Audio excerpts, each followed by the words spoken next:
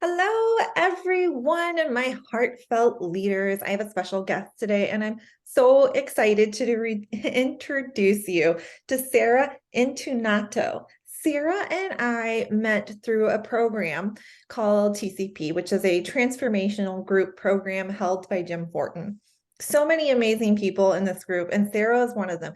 She constantly stood out for me, and I'm so excited to have her on this podcast and so excited for her to be able to share her wisdom and her growth with you all. Today's episode is specifically going to be over neurodiverse children and parents who are leading a business. One of the reasons I asked Sara onto this podcast is because she's done it and she's done it really well. And not only that, but she helps so many people who have neurodiverse kids make it possible to teach them how to work with their children to give them the best quality of life. Meanwhile, she is this rocking businesswoman, and you guys are going to see how much that she is rocking it.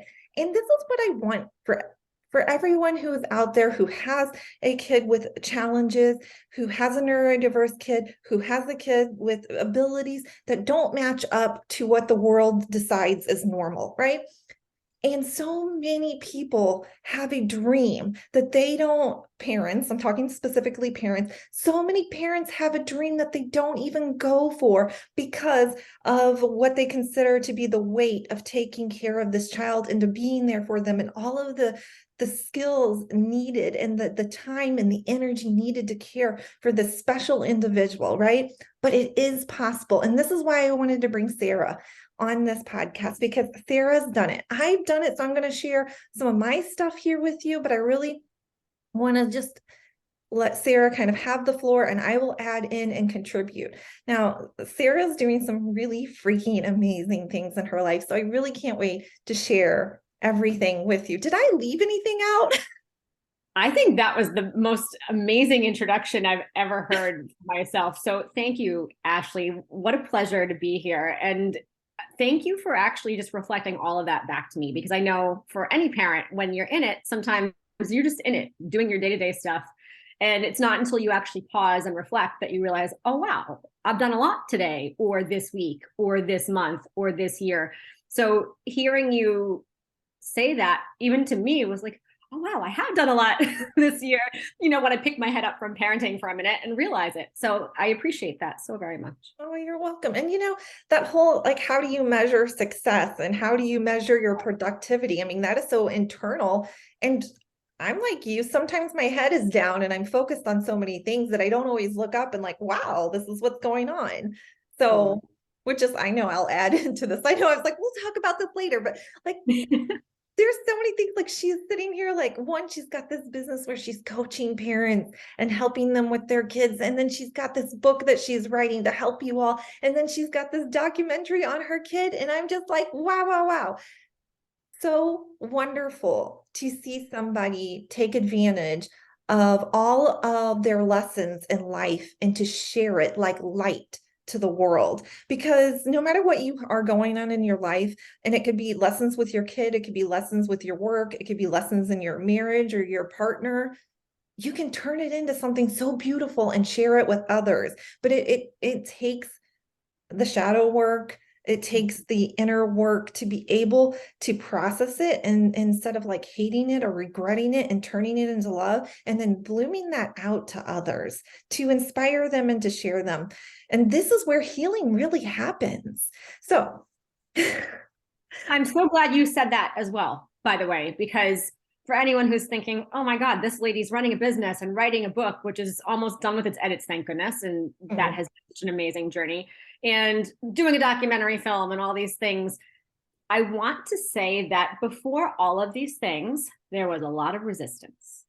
And there was, if you rewind even further than that, there was some very strong resistance and very strong emotions around, well, this wasn't the path that I planned, and this wasn't the path that I expected and or wanted. And in fact, I am a devoted yoga practitioner and teacher of 20 years. I had planned to be Sara, the yoga and wellness lady, for the rest of my days. I did not plan to be a coach and consultant for parents of neurodiverse children. However, sometimes your dharma finds you, and you are resisting it only makes it, I think, more challenging along the way. So when my son was diagnosed, I have two children, Rocco, who's 12. He's on the autism spectrum. He also has apraxia, which is a motor planning challenge related to speech for him. And I have a daughter as well. Her name is Aurelia. She's 11. So they're 18 months apart. She is neurotypical, and they are very different parenting journeys. Rocco is the one that twists and turns and takes unexpected routes. And Aurelia is the straightforward, does well in school, does well socially, easy, and was born easy. So I have very unique experiences from one to the next. And when Rocco was diagnosed, he was 2. So that was 10 years ago. And interestingly enough, people said to me back then, hey, you have such amazing self-care. You are so devoted to your spiritual practice. You're strong enough to handle this because of it. You should write a book for other parents. You should help other parents. And I said, absolutely not. Right now, I'm just trying to breathe and do my own healing work and help my own child. And that's all I can handle right now. And I'm going to continue doing my yoga business because I love it. And I love healing other people, and I'm great at it. And I'm just going to carry on doing my own healing work. And as I started to feel much more anchored in that and kind of releasing the trauma that is the unexpected twist of your child having autism, I started to feel like, oh, maybe down the road, I'll have the physical and mental reserves to do something like that. But I was thinking, retirement way, way later. Way later. Way later. And the documentary was actually the first piece of this puzzle, even before I didn't know that.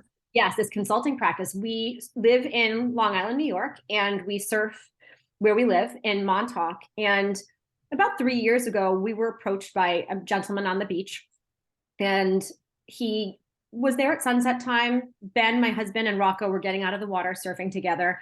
And this man said to them, I've been watching you guys for years, and I think that this is a story that needs to be told. Would you be open to a documentary film about your story? And they came back to our beach chairs and told me, and I was like, yeah, that sounds like someone at the beach who'd had a few too many glasses of rosé at sunset time. I didn't think anything of it at all.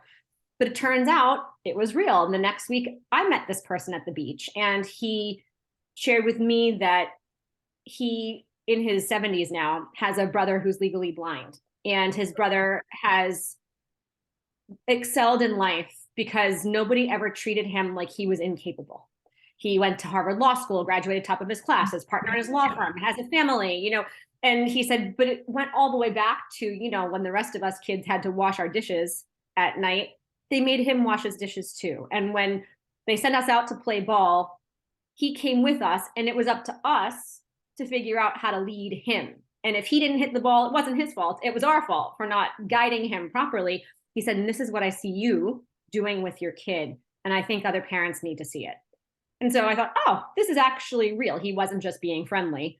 And push came to shove. We had some conversations with the director, who also is a local member of the community. And the idea came to life on the beach one evening with all of us talking, and we started filming a few months later. It wasn't until we started the filming process that it really hit me. I had done enough work, enough healing to actually stand out as a leader. And I think part of that reason is, like I mentioned before, sometimes when you're parenting, you're just head down, doing your day-to-day life. You're not really paying attention to all the other people around you. You're just doing what you need to do for your own family. And that was very much how I lived my life. And in Montauk, where we live, there are surfer therapy events on the beach. We're so blessed to be here. And they have events for people with handicaps and disabilities so that they can go experience the ocean and the therapeutic value of the ocean, which is actually a scientifically proven, very powerful thing. It's called Blue Mind, for anyone who wants to look it up.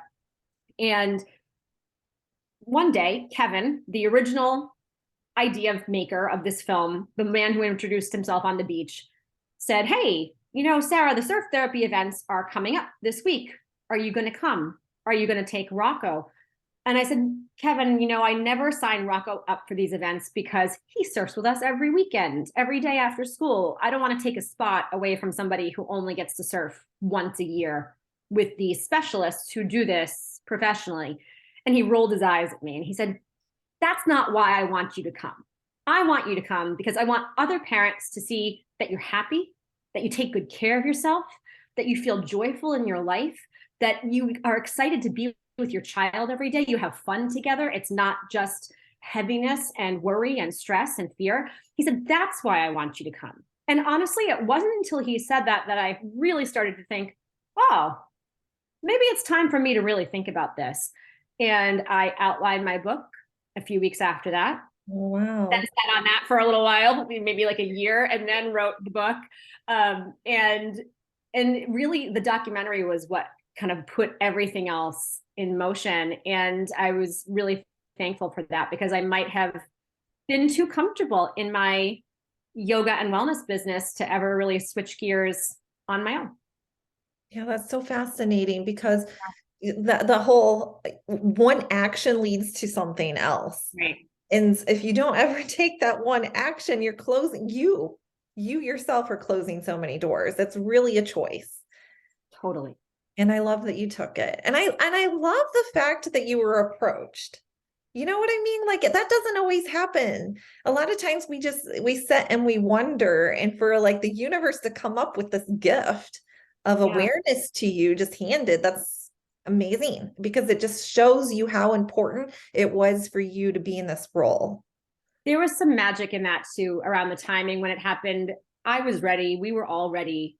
And I think had we been approached 5 years before, we might have shut it down because we weren't ready. So I think there was magic in the timing as well. And I was really thankful that I had done all of the inner work, like you said, the shadow work, the healing work prior, because I might have been too afraid to be forward facing as a parent. I might have been too nervous to share my child's journey in a vulnerable way had I not done that. But I'd done enough that even by that point, I remembered thinking, this is a little bit scary and we might have naysayers or people who don't agree with this, but if this helps one family, then I'll be really happy. And it was worth it for us. That was really my bottom line. And it's been so fascinating to see parents' reactions to the film, especially parents of kids who both have autism, but also are considered nonverbal or non-speaking, because very often, unfortunately, this population is still treated as incapable. And I never understand why someone who's non-speaking is also labeled as non-hearing. Then people talk about them like they're not there, or non-intelligent. These things are not true. But it's the reality of how many systems and structures still operate, like school, for example. Mm-hmm. And so my favorite thing about this film has been seeing the parents of kids who struggle with language and autism to feel like someone understands them and that their future is bright and they're not alone. And this is just the beginning. And never give up on your child. All those things that you know in your gut to be true about your child are true, no matter what the school people say or the doctors say. Just listen to your gut, trust your intuition on that, because that will be your North Star throughout this unique journey of parenting. Yeah, so I will add a story in here for mine. So when my second child was born, my first one had the old definition of Asperger's, which is now all combined. So he has like ODD, which is your oppositional defiance disorder. There's other neurological things going on with him. But my second child was born with a rare genetic disorder, but nobody knew what it was until she was like 8 years old, and a test was created to be able to identify this. So all we knew is when she was born that there was something that wasn't functioning correctly for her. And so you're holding this newborn baby in your hands, the doctor comes to you and says, I don't know if your child's ever going to be able to walk. I don't know if your child's ever going to be talking. Like, we're not even sure how long your child is going to live, if your child's going to be able to eat, and you're just holding this, like, and this doctor comes in and tells you this like heavy news, right? Now, everybody's a different person, right? Everybody's going to react to that differently. But I was kind of like, F you over my dead body. Like, I will make this happen, because that was the type of person I was.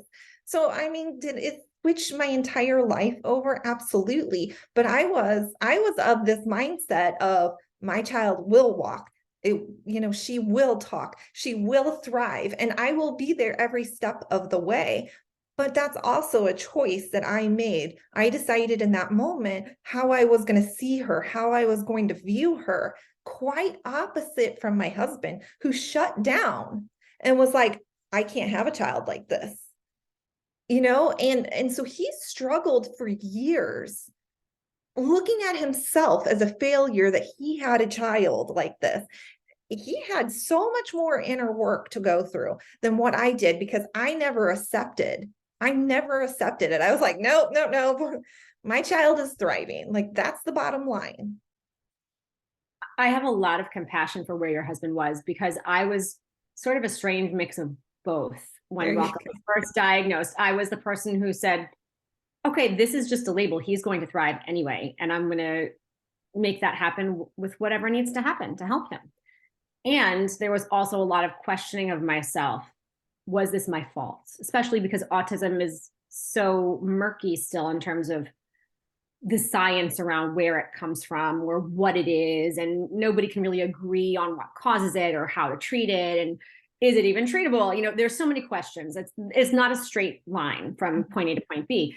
And so I remember having those thoughts, like laying in bed at night thinking, like, what did I do wrong? I had my children at home with no drugs. I nursed them for well over a year. They never had formula. I made all their food from organic produce from the farm. I spent time with them. They didn't have a lot of screen time. And I remember trying to find the thing that I did wrong and almost getting a little fixated on it. Meanwhile, it wasn't a helpful use of my time or energy. And it didn't take long for me to realize, and I'm sure my yoga practice and my spiritual work helped me to go through this process much faster, that this was my path for whatever reason. And didn't mean I couldn't improve it. And it didn't mean that it was my fault, but there were lessons to be learned here. And this time and energy I was spending trying to blame myself or figure out what I did wrong was not actually helping my child at all. It was just like taking a big stick and beating myself every evening when I went to bed and tried to sleep and couldn't. And thankfully, pretty quickly realized, I don't need to spend my time and energy like this. I'm just going to focus on the things that I can do. What can I do in the morning to make myself a better person? Yep, I'm going to get on my meditation cushion. I'm going to get on my yoga mat so that I cleanse my nervous system and feel strong, on every level facing my day. That makes me a better mother. I'm going to do that. Feeding my kids a clean diet. I do that for myself anyway. I'm going to focus on that. And any little thing that I could do, I did. And it didn't change that there are things at play that I couldn't control as a parent, but really being devoted to the simple things that you do every day that have a positive result, like making sure my kids drank enough water, making sure I drank enough water every day so that we felt good and that we could function in our bodies. These tiny things have a cumulative effect, making sure all of us slept well. I was the warden of sleep when my kids were little and made sure everyone was in bed on time because their growing brains needed it. And I needed a breather. We all needed some rest. So it was a tiny thing, again, not a huge thing, but it was something that helped everyone. So I really chose to release ruminating about the things that I couldn't control, that I may never have the answers to or know why, but instead focus on the things that I knew would make our lives better right now. And that's just what I did. And that's very much what I still do today. And I think that's why for so many years, I was just head down, focused on my people right in front of me, because I didn't want to spend any more energy comparing to other kids out there or other families out there. And I didn't know why the mom who gave her kid McDonald's 3 times a day and stuck him in front of the TV might have a kid who was neurotypical, and I didn't. I had to let that go. So I really chose to be laser focused on living the best life that we all could. And that also included quality time together and getting outdoors in nature a lot and finding experiences to have that brought us a lot of joy. And my husband and I needed that just as much as the kids needed that. Not that we were trying to ignore that our son was different or had different needs, but we were determined to find the things that we could all do together to have a joyful family experience.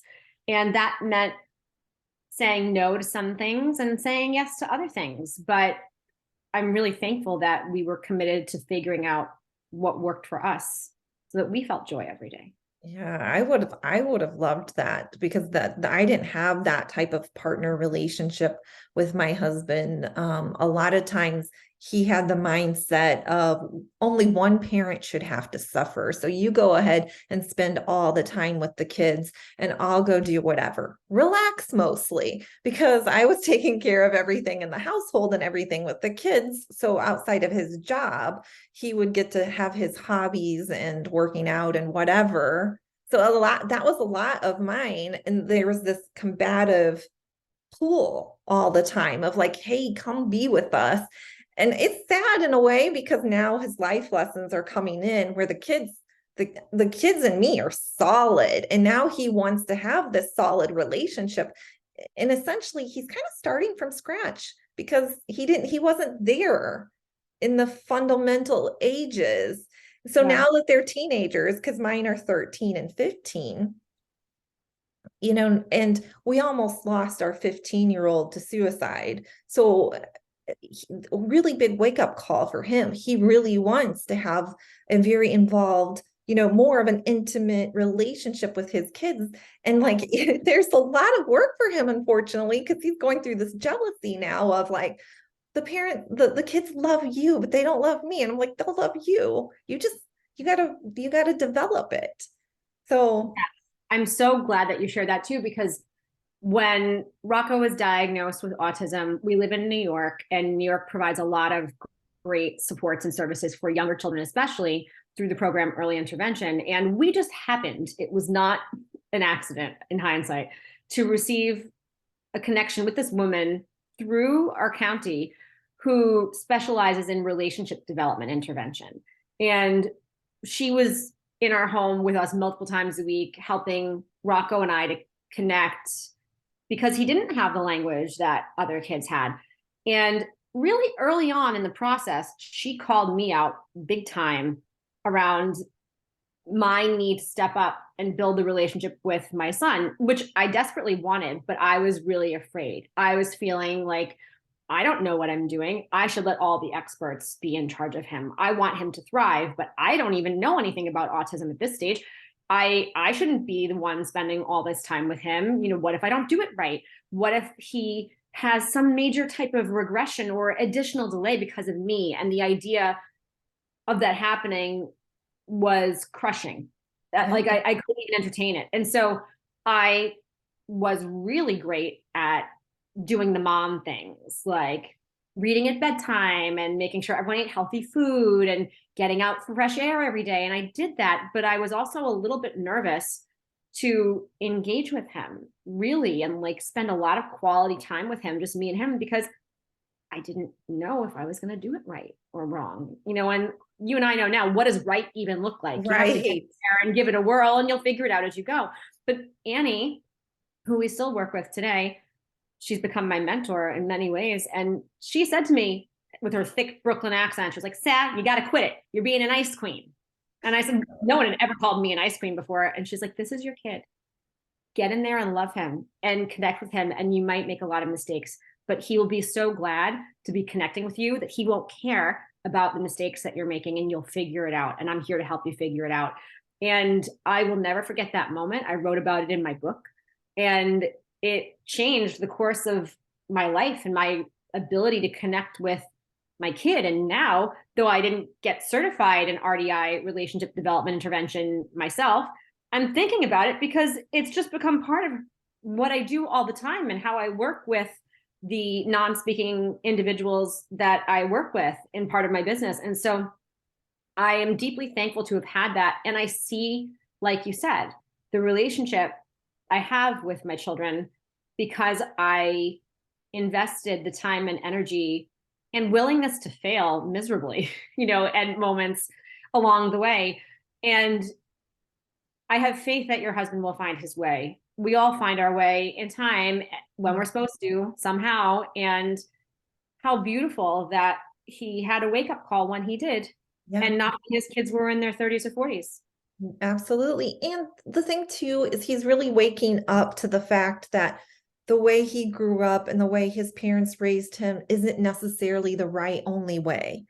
And then so that's helped him because that was really shadowing a lot of how he was showing up and causing a big disconnection because, there are different, at least in my experience, there's different ways that both of my kids are on the autism spectrum. So their brains function differently in the way that we say things are interpreted differently than maybe a typical child. And so, I mean, I was the one who was going to the workshops and the seminars, and I did the 2 week in training, like how do you deal with a kid with autism? What is their sensory input really like? I mean, I really tried to understand where my kids were, but he was operating from, well, this is how I was raised. This is how it works.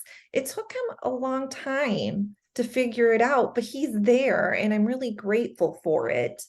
And, Yeah. everything is unfolding as it should. And it's going to be super great for him. Yeah. Because there's a lot of healing going on for him, as well as his connection with the kids. So let me Yeah. ask you, I'm going to kind of back up a little bit. Sure. So you are a consultant for parents who have neurodiverse kids. Is it only for non-speaking? Do you help anybody? Do you have different type of workshops? Like, I have a few different cornerstones in my business. So the first is I am a rapid prompt method practitioner for nonverbal, non-speaking individuals, not just kids, adults too. And the reason I got certified in this is because I was searching for a practitioner for my own child for years. They were few I and did far too. between. And eventually I was just like, oh, screw it. I'm going to figure this out myself. And I'm so glad that I did. And then it wasn't until I started seeing some of the deficits in my local community and the way this population was being underserved and undersupported that I decided to start taking on some other students because I was seeing my son's progress and I knew I could help other people as well. So that's work that I only have a few clients with that I only do in person. So people have to be local to me. But if you're the parent of a nonverbal, non-speaking individual, I highly recommend you check it out. And you can always reach out to me if you need help finding someone near you, because it's an amazing way to help non-speaking individuals communicate and express themselves and share their thoughts and insights with the world, which they can do when they're given the resources to do it. So that's sort of the smallest but really powerful way I help people in my business. The bigger way is working with parents of neurodiverse kids. This is predominantly autism, but I also have clients whose children have ADHD, CP, and some other different needs as well. And I focus less on the label and more on how can we help them live a better life and really thrive. And this looks different for every family. Some families need to learn how to be bolder, stronger advocates for their children. Other parents come to me saying things like, the stress of this is killing me and I don't know how to handle it. And I try the talk therapy and it doesn't work. What do I do? And we focus on giving them the tools they need to heal themselves, because if they don't do that, they're going to continue to be checked out parents because they're too overwhelmed to handle anything. If that's where you are and you're listening to this, please don't feel ashamed. There's no judgment here. Just know that you can change it if and when you choose to.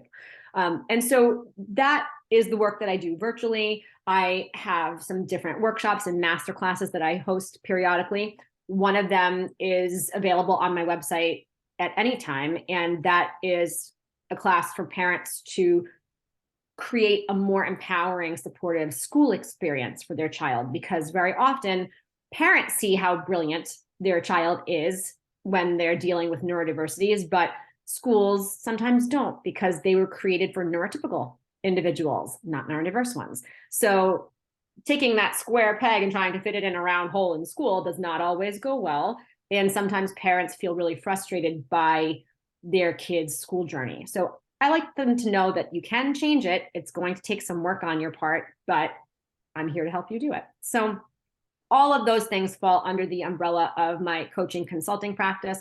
I also work with some organizations as well, because now people are discovering that the old systems and structures do not work. And yet many people who are neurodiverse are geniuses in one way or another and can be of an enormous value to different businesses and organizations, but they may not fit into the structures that you have in place. So teaching these types of organizations how to empower employees, how to hire employees, how to train employees, how to create safe spaces for these people to be their unique selves is really exciting as well, because gone are the days where you had to fit into a certain box to be seen as successful or valuable to our society. And now more and more, not just businesses, but government organizations, police stations, fire stations are seeing that we need more awareness around different populations and how we can all support one another in different ways. So I work with individuals directly doing rapid prompt, parents doing coaching and consulting, and then also organizations as well. And so just is where you fall under the umbrella, and that's how I help you. I love that you're hitting all the facets. So like at what point did you ever go without a career with your children, or did you always have a career? Or I always had a career because I am really thankful that I found my spiritual practice at a very young age. I was a devoted yoga practitioner before the age of 20. Thank goodness, it probably saved my life. yeah. Completely serious when I say that. And I knew that teaching was something that was very important to me. I still teach a select few students who have been with me for a long time, and occasionally a new student who's really aligned, only in a one-on-one setting. And I knew that feeling fulfilled in that way, in connecting with my dharma, my purpose, was very important to me as a human being. And I knew that being a stay-at-home mom wasn't for me. I thankfully set myself up with a career before I became a parent that allowed me to be as adaptable with my schedule and my way of working as I wanted to be. So it was commonplace for me to teach yoga on a full-time basis and then go to India for anywhere between 1 and 3 months to study with my guru, and then come home. And so I knew that when I did have children, I was able to go back as fast or as slow as I wanted, with as much or as little as I wanted. And I probably took 2 or 3 months off in the beginning after having each one, and then very gently allowed myself to start with one client a week and progress, back to working however I wanted to.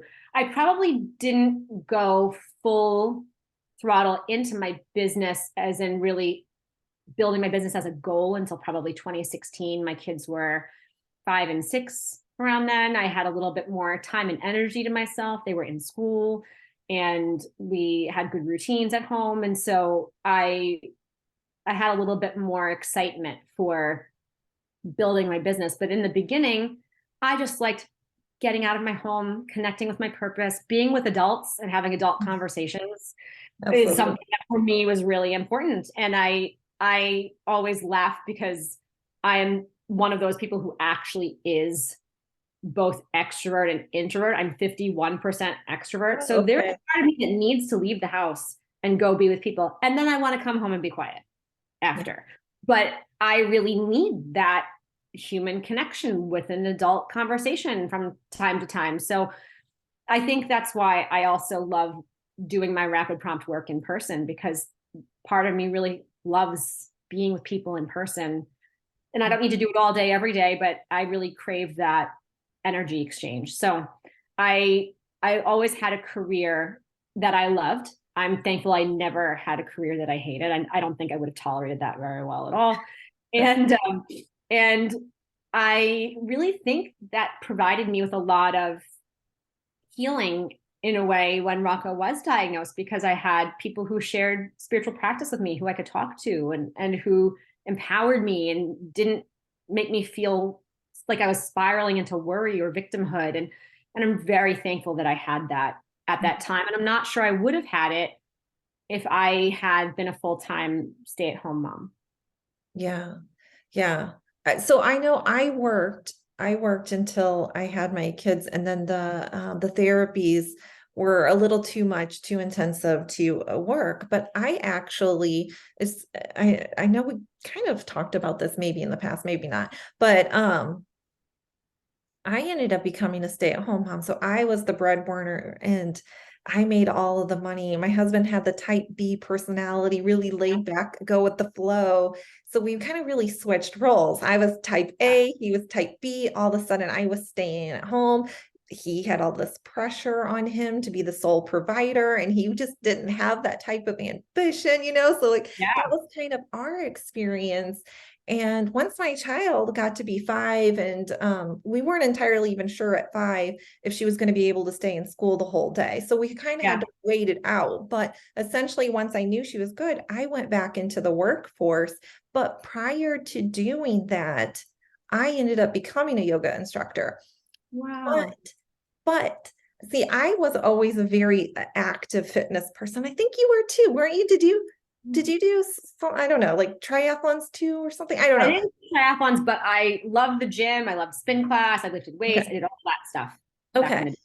So yeah, my husband and I were both college swimmers. We were very athletic, and I had tried yoga because my sister, my 4 year older sister, was always like, yoga's the best, yoga's the best. And she would drag me to it. And I'd be like, this is so easy. Why do you even like this? And I was like, this is stupid. But That's so then fun. after I had my second child, Esme, I did yoga and I felt so much peace. I was hooked in it.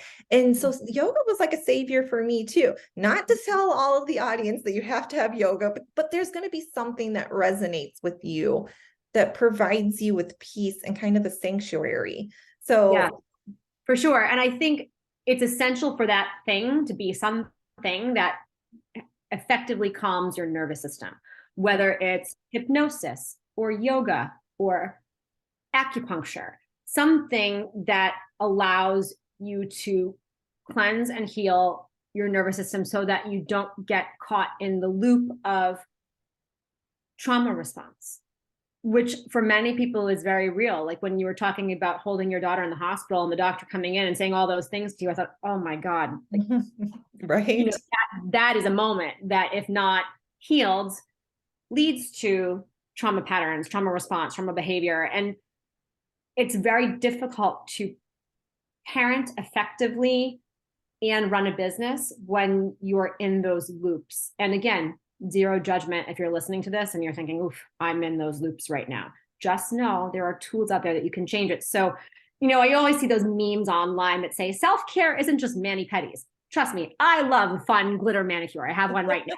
But to me, those things are secondary. I love writing in my journal, but that to me is a secondary practice because it doesn't have the same healing effect on my nervous system that I need in order to go out and experience my day fully. That includes Sara, the business owner, Sara, the mom, Sara, the individual, Sara, the wife, and who loves to cook. I need to feel like I have the energy to manage and be all of these things that make me feel good. And if I don't have the energy, that's when things start to feel very heavy, very challenging. I get a little bit more testy with my husband because I feel a little bit more resentful that he gets to be with adults all day long, and I'm doing more of the parenting stuff. And I find that when I manage my energy and work with my nervous system, none of that stuff bothers me. Yeah. And that's really why I do it. Yeah, I think that's really interesting because a lot of times I think about me personally, I think about self-care as like filling your cup, like what returns energy back to you. But you're also addressing a deeper level, which is not only that rejuvenating your energy, but the releasing like the toxins. So and that comes back down to your central nervous system. So Yes, physical toxins and emotional yeah, toxins. exactly. For sure. Yes. For me, people will say things like, why do you spend so much time of your day doing yoga and meditation? And then now I practice hypnosis, as I have for the last few years as well. And I kind of laugh. I say, maybe that's just what I need to manage my personal level of crazy. You could be someone like my mom who wakes up in the morning and is like, wow, life's a bowl of cherries, and goes out, takes her 3 mile walk, and life is good. Amazing. If you're that person, amazing. I'm not that person. I needed something a little bit more juicy. And I am thankful that I realized this early on. I actually found yoga and became a devoted practitioner because I was in university and started experiencing really severe anxiety attacks. I thought I was dying the first time I had one. And not a coincidence, it was about a month after 9/11 happened. And, I kept telling myself, I'm fine. I'm fine. I was not fine. I was in a very rigorous program in school. And I went to my doctor and said, I think I'm dying, or I have asthma or something, because I can't breathe. And she checked me out. She said, well, nothing physically is wrong with you, but that doesn't mean you're not experiencing panic attacks, anxiety attacks. She said, let's do this. Christmas break is coming up. Tell me what you do in your spare time when you're not in class. I said, well, I go to the gym. And she said, well, what do you do at the gym? I said, well, I lift weights sometimes. I'll do spinning class. I'll do yoga, whatever they have on the schedule that day. And she said, well, since Christmas break's coming up and you're going to have more spare time, I want you to go to yoga a lot. Like, go 3 or 4 days a week minimum. And then before you return for your next semester, let's have you come back and we'll talk about how you're feeling. And let's just try this before we consider any further steps like medication. I was like, okay, I'm willing to try. And I went and did what she said. And it was the only time in my day where I didn't think about anything. I wasn't worried about anything. I wasn't stressing about anything. I felt quiet in my mind, and it made me feel good. And it made me less fearful about having another anxiety attack later, because I knew it was possible for me to feel quiet in my mind. And I started taking some of the tools, like the breathing techniques I was learning, and using them when I did feel anxiety coming on, and it would help it to pass. And I look at my yoga practice still very much like medicine. I made a choice as a 20-year-old to take yoga every morning instead of taking pills. No judgment if you're taking pills. But for me, that was the choice I made. So I look at my practice still 20 years later that seriously. Okay, Sarah, wake up. You chose not to take pills today to manage your mental state. So you're going to have to take your other medicine instead. Get on your mat. And I think that's a really important distinction for me, and maybe for others. The tools that help you the most are not always the ones that you want to do all the time.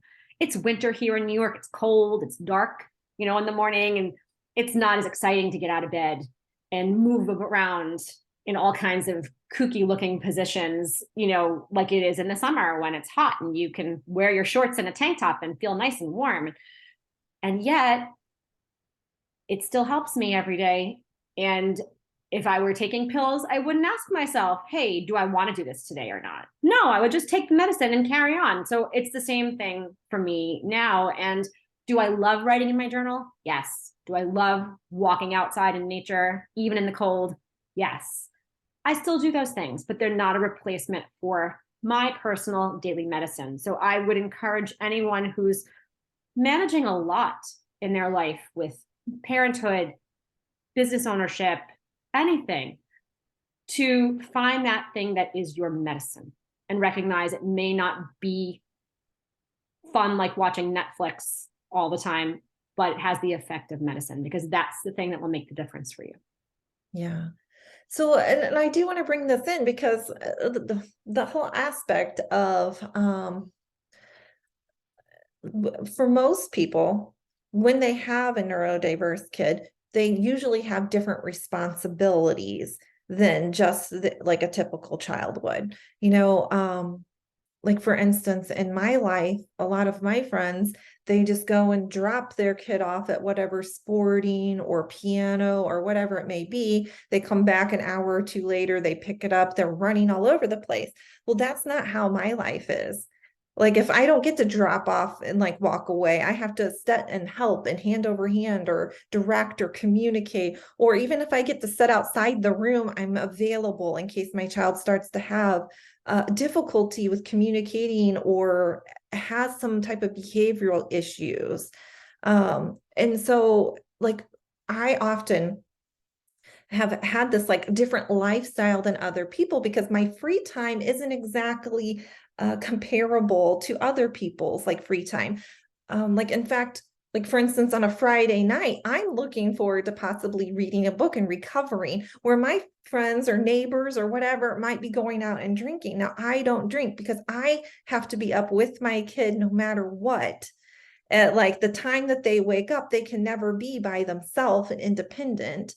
I need to be there and make sure they're not putting like a fork in the microwave because they think it's interesting, or my kid likes to wake up and take everything out of the refrigerator. I have no idea why, but that's what she likes to do. So like I'm responsible for her well-being and I want to be there and guide her. And so like my time is different than other people's time. But I still have time to run my business, take my kids to their things, and at this point, I'm not doing yoga, but I'm doing different types of things to accommodate what I used to do. So, but it's just like when I was a personal trainer, people would come to me and be like, but I don't have time to exercise. But you have time to scroll on your phone for 2 hours and you have time to drink with your friends and you like it's just a choice, but people don't see it. And I don't think that people always understand, they don't have a neurodiverse kid, what it's like to manage like my time compared to theirs. So do you want to speak on that? What's your like with your personal life, with your clients? What you said sounds a lot like my life. I'm thankful that in the teen years, my kids sleep a little later in the morning, so it allows me some space to have some morning time. Whereas when they were really teeny and getting up at 5:30 or 6 a.m., I had to, make sure someone was there if I wanted to do my yoga practice early in the morning. So, a couple of things on this. One, I totally understand what that's like, not being able to have a child who's unsupervised. And I see with my daughter, on the weekend, if my husband and I want to go on a date night, she can go sleep over a friend's house. Mhm. Easy. And Rocco isn't there yet. Not to say he'll never be there, but he's not there yet. And so it requires us to look at, well, what do we really need to support ourselves and our lives? And we have to be okay that our needs might be different than other people's. And we've had to really be okay saying no to things. We have some relatives who live far away and always want us to come to their house. And yet it's a multi-hour drive and there's no offer to stay overnight. And so having to drive there and then turn around and drive home would be a lot for us, never mind for Rocco. And as a result, we decline a lot of their invitations and they get angry about it. And we just don't care because they're not the ones who have to come home and parent a child who's dysregulated because he's been sitting for too long when he needs to move his body, who hasn't been able to express himself easily, in simple ways. And so we've just had to be okay not being the most popular people all the time. And we're fine with that. And for us, having that understanding with one another has been really instrumental. And there were many times, especially during COVID, when we did not have a lot of support for our children from outside people. And Ben and I looked at each other very often and said, well, what do you need this week? How can I help you get that? And vice versa. And because we weren't able to go away together, even for the day or for the evening too often, we did whenever we could. We took turns. And one of us would go to New York City and take a night off and do whatever you wanted to do. You could go read a book, you could go out dancing, you could go to the museum, you could do whatever you needed to do to fill your cup and then come home. Eat a good meal by yourself, like take your time doing things. And there were moments where we were really sad we weren't able to do that together at that time, but to everything there is a season, and that season passed for us. And as we were getting out of that season, it really empowered us to say, well, what do we really need to make the next season of our life really great, and be unapologetic about creating that for ourselves? And I'm really thankful that we've been able to do that on our own and together, and having thriving businesses for each of us is part of that, because it allows us to do the things that are not the best use of our time and get that outsourced and focus on doing the things on our own. We froze on my end. Hello, let me see. I'd rather take Rocco out for a 4-mile hike and do that together than stay home and fold the laundry and put it away.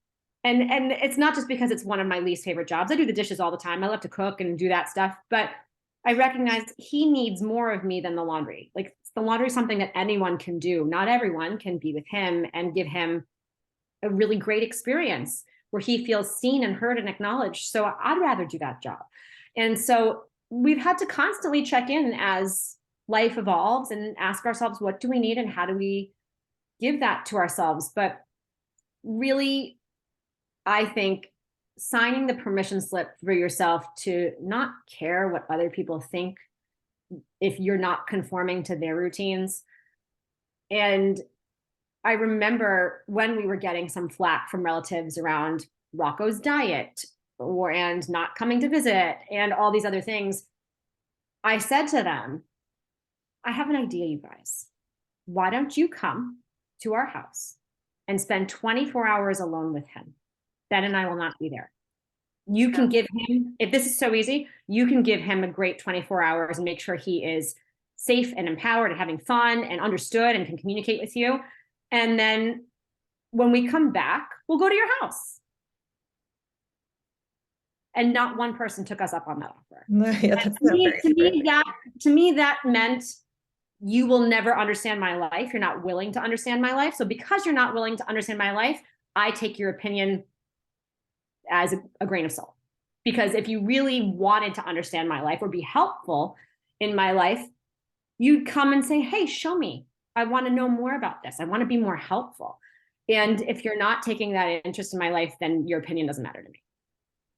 Yeah, I would like to speak just to the audience in general, because in my situation, I have a kid who has behavioral problems and medical problems that are apparent. So just like you were talking about, this was self-work for me to do and healing for me to do, because my mom was the best one out of everybody, but on every other family member, nobody would step up and come and help me.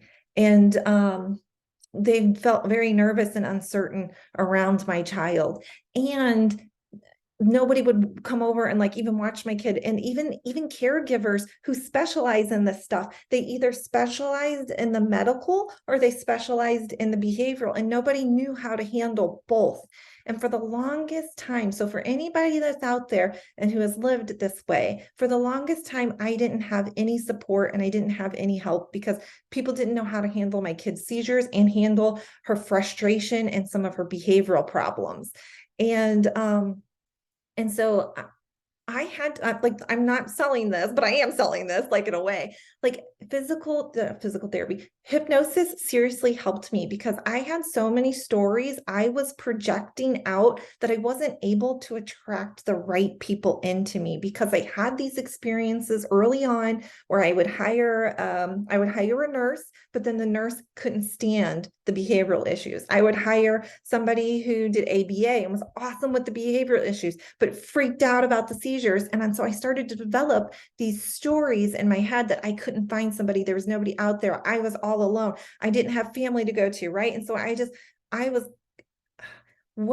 say this all the time, you talk your world into existence. So I was creating these stories, and I had to go through coaching on this. I had to get hypnosis on this. And I can tell you right now, I have 5 employees.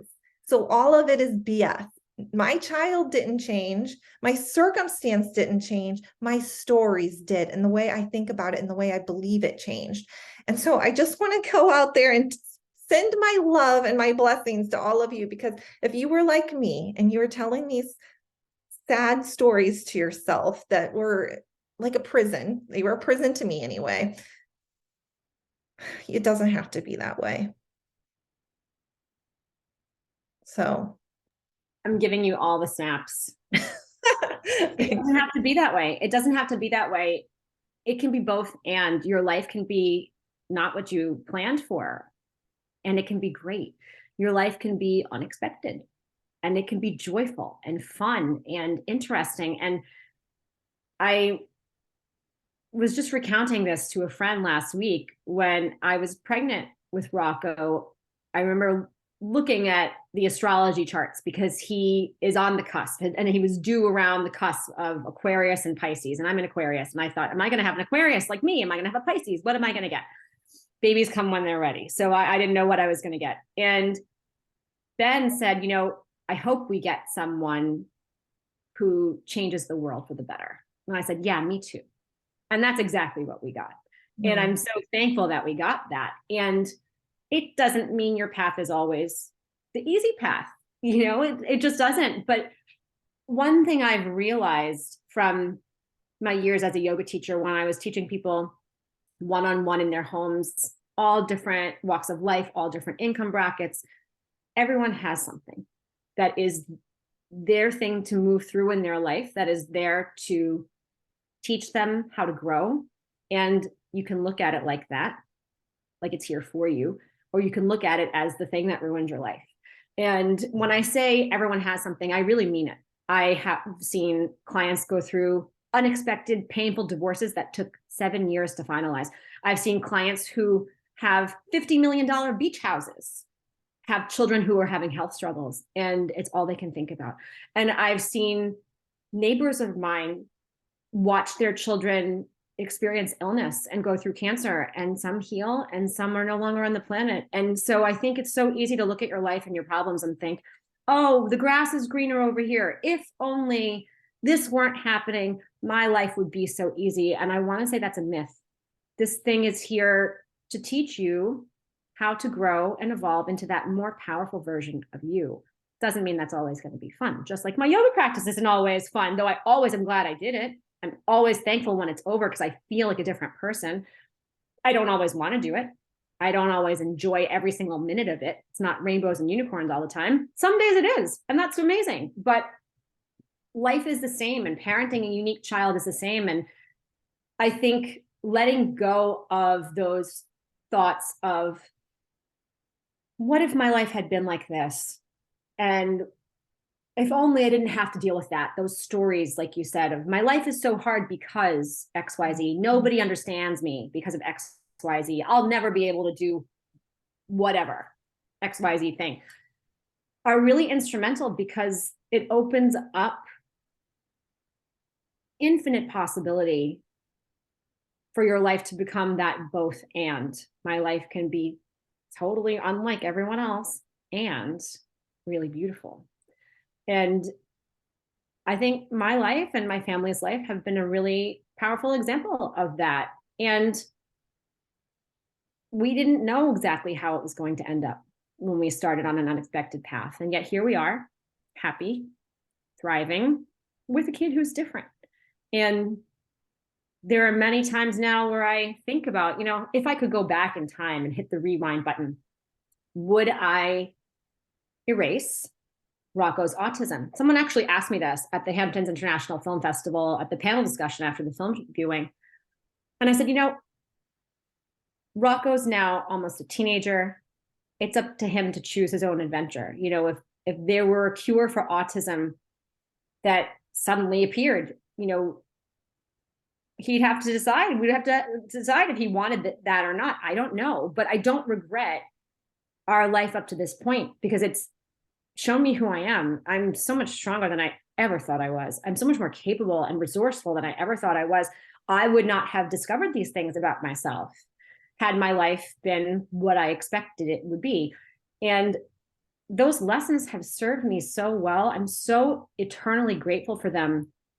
If he wakes up tomorrow morning and speaks sentences perfectly, I'm thrilled for him. It will open up different doors for him in his life. And if he doesn't, he's no less of a human being. He's no less valuable or less capable. He's just someone who functions differently and can still have a wonderful life.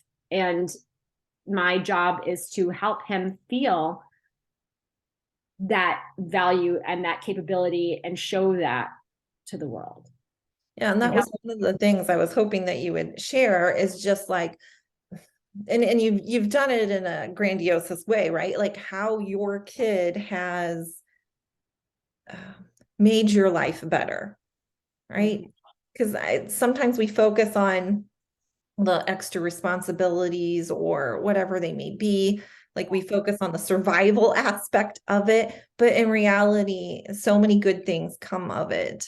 I had a neighbor, and this neighbor had approached me, and we're just out walking, right? The family is out walking, no big deal. And a neighbor had come up to me and said, "You don't even know how lucky you are." He's like, "I am struggling with alcohol addiction." And he was like, "Your daughter is such a blessing because your lifestyle has had to be so different." And he was like, "I was in my self-pity and, like turning to alcohol, whatever." Whereas like my kid, despite whatever she may face, she is the happiest, enthusiastic child ever. And I look at her sometimes, like the other day when we walked out of the store, she noticed her shadow for the first time, right? These are simple moments.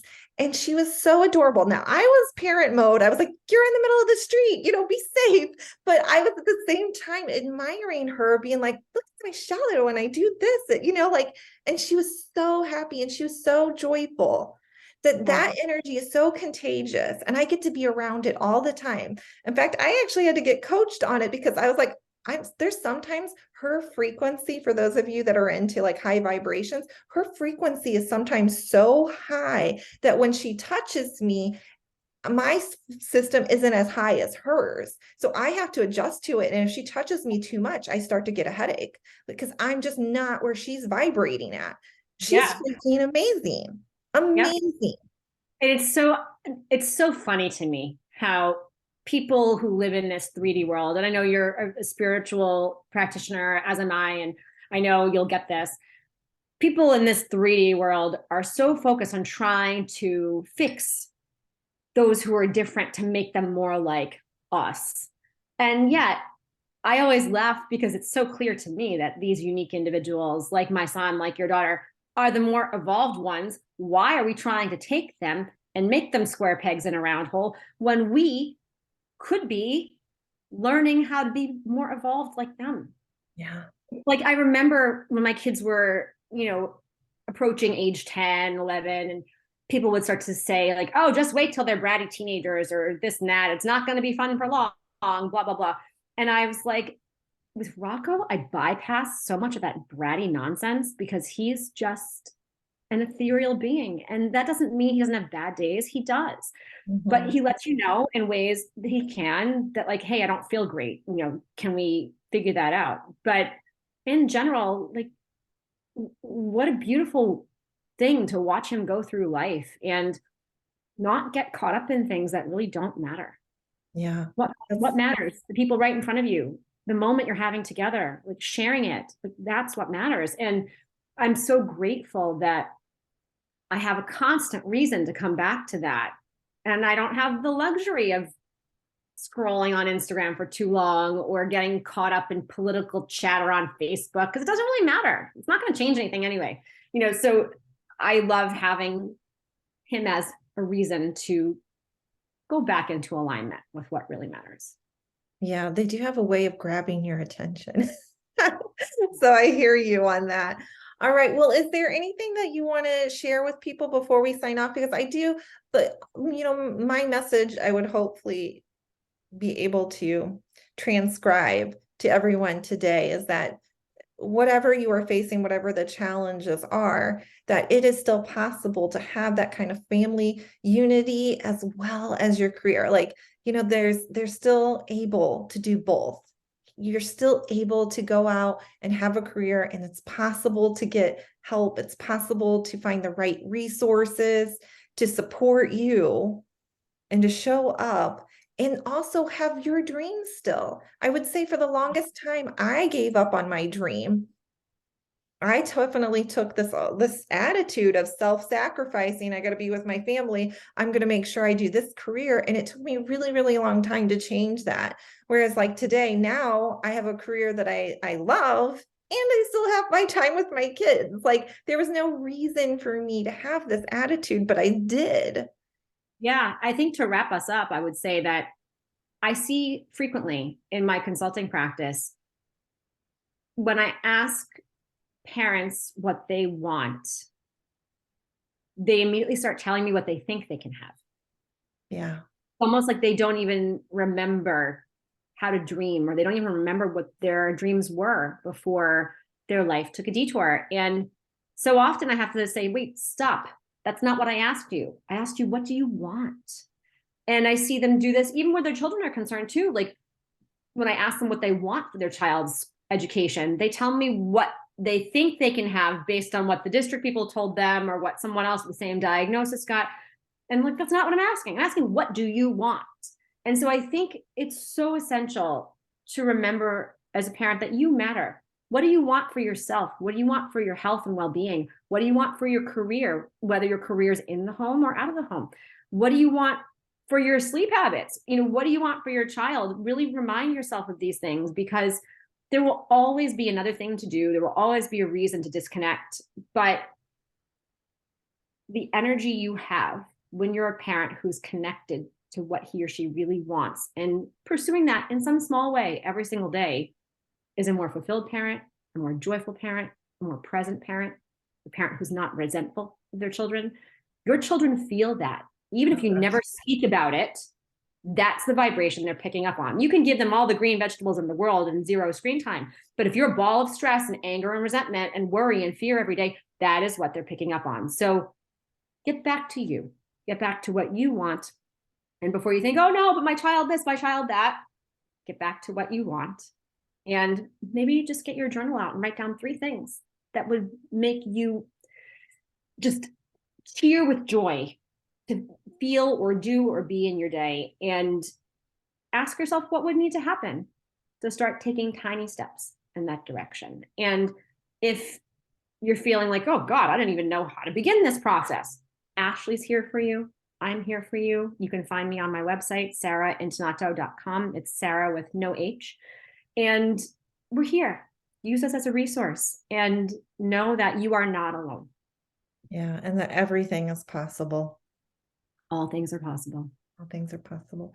Sara, so wonderful to have you on this podcast. And I really appreciate your time, your energy, the love and the compassion that you have. I'm so looking forward to your book being released, your documentary, and all of these wonderful goodies that you are leaving, like a legacy to all of us parents. It's a gift, and I really appreciate it. Thank you so much for having me. It's a pleasure. All right. You matter. Bye-bye.